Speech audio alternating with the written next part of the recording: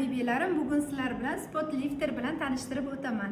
Demak, buni nima qilamiz? Agarda endi zakazimni topshirib bo'ldim degan paytlaringizda mashinkamizda yog'lari xuddi mana shunaqa tegib qolishi ehtimoli bor. Bilasizlar, mana shunaqa tegib qoladi ko'ylaklarimizda, zakazlarimizda.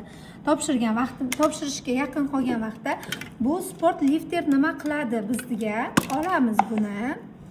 Mana xuddi mana shunaqa qilib tepamiz. Qizlar 5-10 minut ichiga bu quriydi. Qurigan paytidan keyin astagina artib olganimizda bu dog' qolmaydi. Endi tekshiramiz. 10 minut vaqt o'tdi qizlar. Endi shunaqa kusok bilan olib, qaranglar qizlar, mana shunaqa qilib mana olib tashlaymiz. Mana ko'ryapsizlar qanaqa nima bo'ladi? Oqarib keladi mana.